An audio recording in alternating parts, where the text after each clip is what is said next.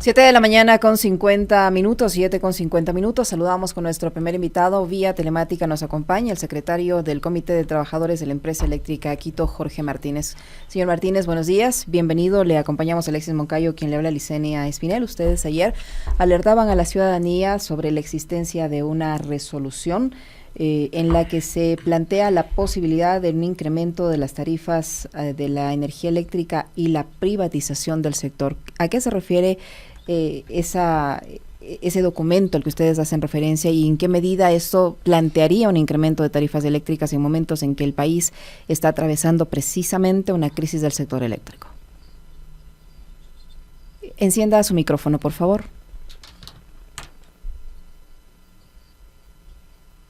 Buenos días, Licenia. Un saludo a Alexis, muchas gracias a Radio Pichincha, un saludo a todos los seguidores.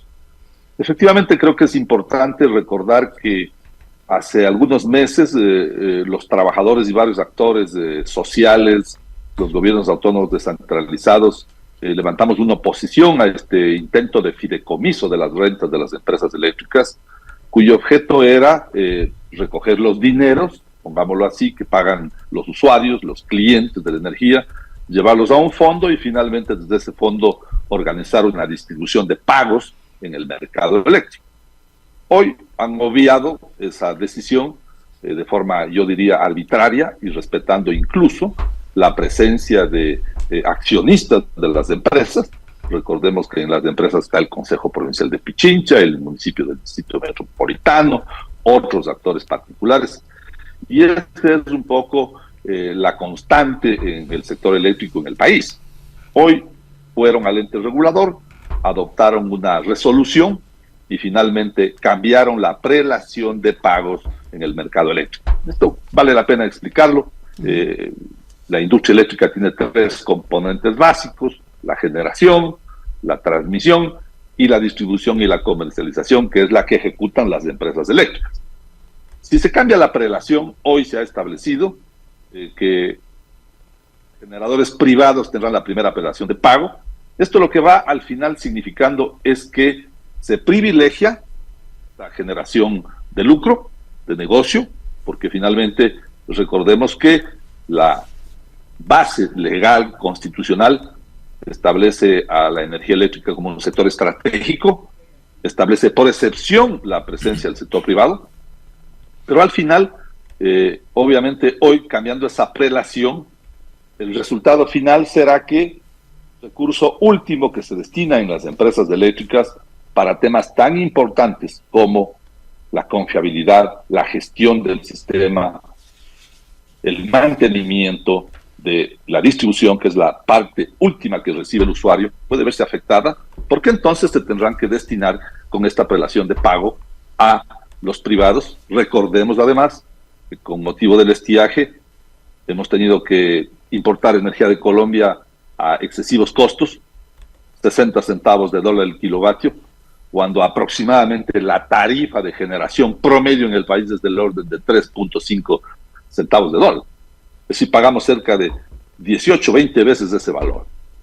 Entonces, el resultado final del desequilibrio de esta ecuación terminará sin duda siendo un incremento de tarifas, porque al final las empresas eléctricas se encontrarán que su propia capacidad de dar respuesta al servicio público se verá afectada. Y esto, obviamente, los trabajadores alertamos que va también de la mano, ¿no es cierto?, de un proceso de deslegitimizar lo público, con lo cual van, digamos, configurando todo un esquema en el cual siempre, pues, la privatización será la panacea de la solución a un problema fundamental, que es el tema de la energía eléctrica, que lo hemos comentado en varias ocasiones.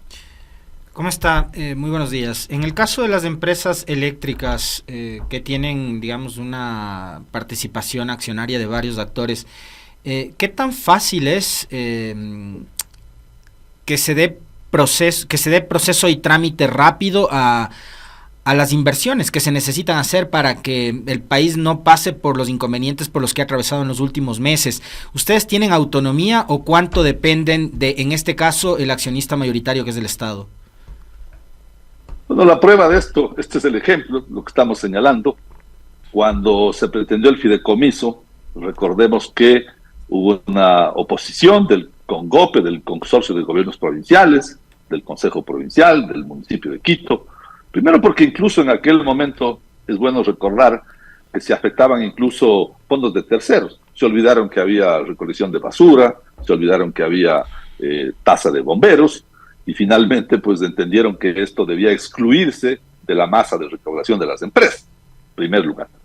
Luego, claro, hoy día, el caso particular de la empresa eléctrica Quito, el 78% de las acciones es del ministerio, y por tanto, yo diría de forma respetuosa, ese 17% de acciones del municipio de Quito, el 4% de acciones del gobierno provincial y de los otros gobiernos provinciales, del Napo, Imbabura, en fin, en todo el contexto del país, pues van y toman una resolución en el ente regulador, que es la Agencia Nacional de Regulación, ¿cierto?, de Energía y de los Recursos Naturales, en donde, pues claro, preside el ministro y está constituido por funcionarios específicamente del gobierno nacional, toman la decisión, cambian la prelación y hoy día entonces las prelaciones de pago. Entonces, esto es interesante entender, porque finalmente el sector eléctrico tiene el Centro Nacional de Control de la Energía, que es una entidad pues que administra las operaciones, ¿no es cierto?, entre los distintos actores.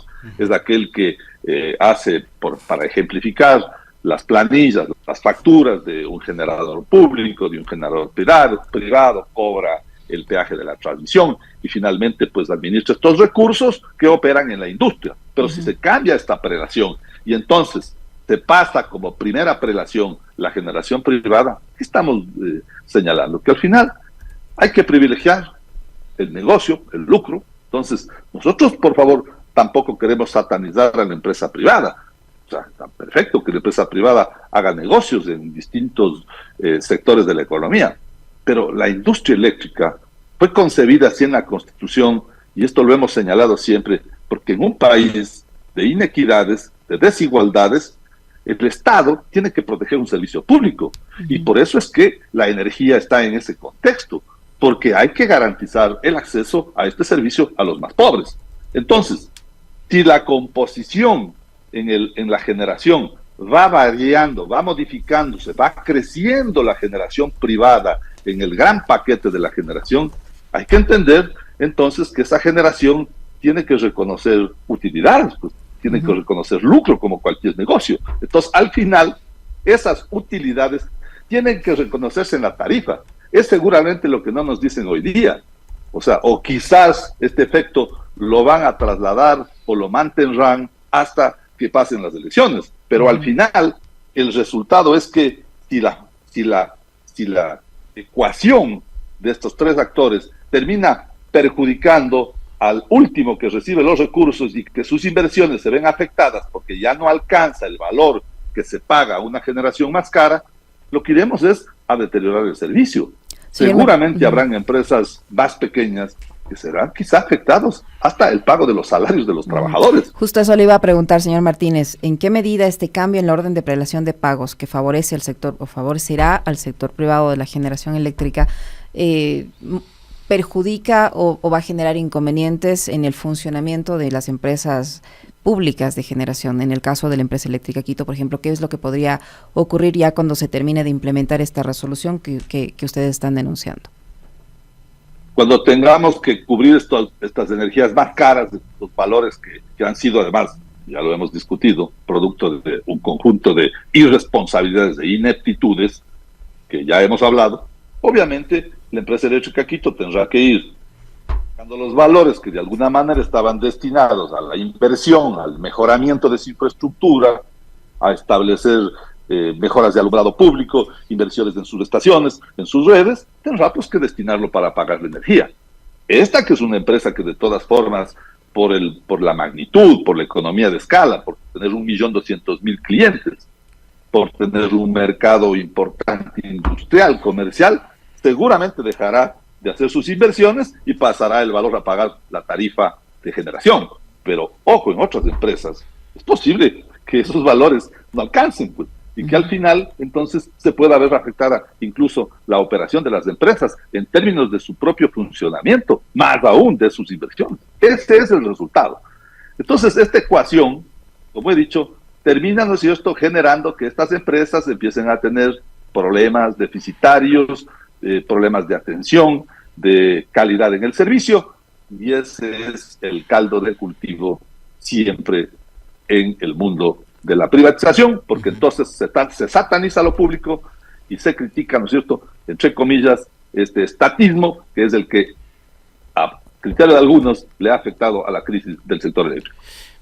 Quiero ir a esto que usted apunta ahora después, pero antes, y a propósito específicamente de la empresa eléctrica Quito, quería preguntarle, señor Martínez, con respecto de la estabilidad o la crisis institucional que hay dentro de la empresa, porque entiendo que en los últimos meses ha habido varias gerencias encargadas y la última designación, que es la de la señora Elizabeth Landeta, hay quienes cuestionan esta designación porque aseguran que la señora es abogada y que no tiene mayores conocimientos sobre temas técnicos ni administración del sector eléctrico. Entonces, finalmente, ¿en manos de quién está actualmente la empresa eléctrica y quién debería ser el encargado de designar una persona que sepa y tenga experiencia en el sector?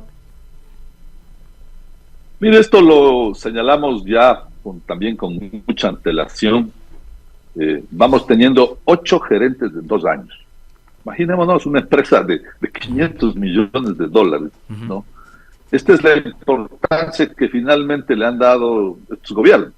Y en este año hemos tenido 4 gerentes, uno de 41 días, wow, otro me parece que de 60 o 70 días, otro de 50 días, y obviamente, y lo peor es que algunos de estos gerentes han sido encargados.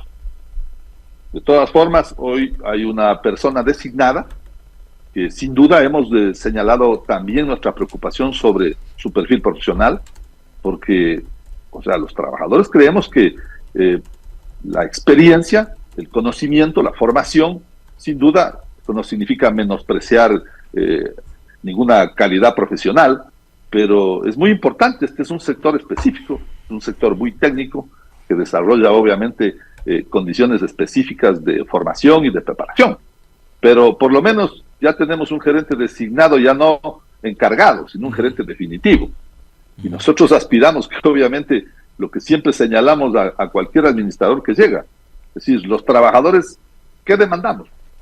Entreguen insumos, materiales, equipos, que haya la suficiente planificación para que una institución pueda salir, pero estaremos todos de acuerdo que no se puede administrar una empresa en 60 o en 70 días de la magnitud de esta empresa, 1.200.000 clientes, que requiere obviamente sentar, ¿no es cierto?, una planificación y la visión de a dónde va a ser conducida una empresa como estas. Entonces, y esto lo hemos aclarado, trabajadores no administramos de empresa.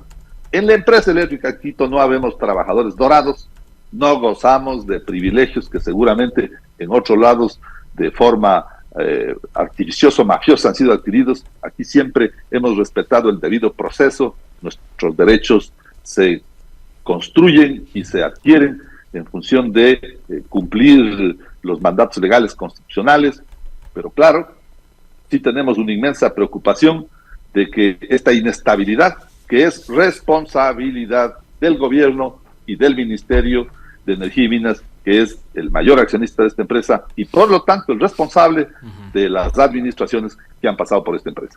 Señor Martínez, la decisión de las autoridades de energía a través de esta resolución que busca cambiar el orden de prelación de pagos y favorecer al sector privado, más esta adquisición o contratación un poco oscura de la Barcaza, que no ha cumplido con todo el proceso de contratación regular, que ha sido hecha en emergencia de forma bastante extraña. Se suma una denuncia ayer de que se ha contratado por parte de las autoridades gubernamentales motores para mitigar el estiaje, motores para la generación de centrales térmicas terrestres, pero motores que no tendrían la garantía. Es más, se denuncia que la propia empresa que fabrica estos motores ha dicho que esa contratación es irregular. Este tipo de decisiones a puertas ya de un nuevo estiaje, ¿qué va a generar? No lo hemos dicho finalmente, ¿no? Que todo este manejo irresponsable es un problema a los técnicos, los técnicos elaboraron un plan nacional de electricidad en donde se establecía con precisión. Recuerdo, hemos comentado muchas veces, el SENACE en febrero del 23 anunció un estiaje complejo hacia octubre. El gobierno se acordó en agosto, el ministro que invocaba a San Pedro y a Dios para que llueva, finalmente declaró una emergencia ministerial, ni siquiera presidencial, en el mes de agosto. Y ya pues todos conocemos las denuncias de que los acuerdos con los turcos y de las visitas a Turquía con la empresa Car Power eran viejas. Es más, sigue siendo la misma oferta que fue presentada cuando le encargaron, sin ser su responsabilidad de la empresa eléctrica Quito, llevar adelante ese concurso para los 450 megavatios, que era la demanda que se requería. Esto es en el mes de diciembre. Entonces esto en mi opinión ha venido plagado de verdad de una serie de decisiones que, claro, al final, ¿cuál es el argumento? El argumento es que no hay energía más cara que la que no se tiene. El argumento.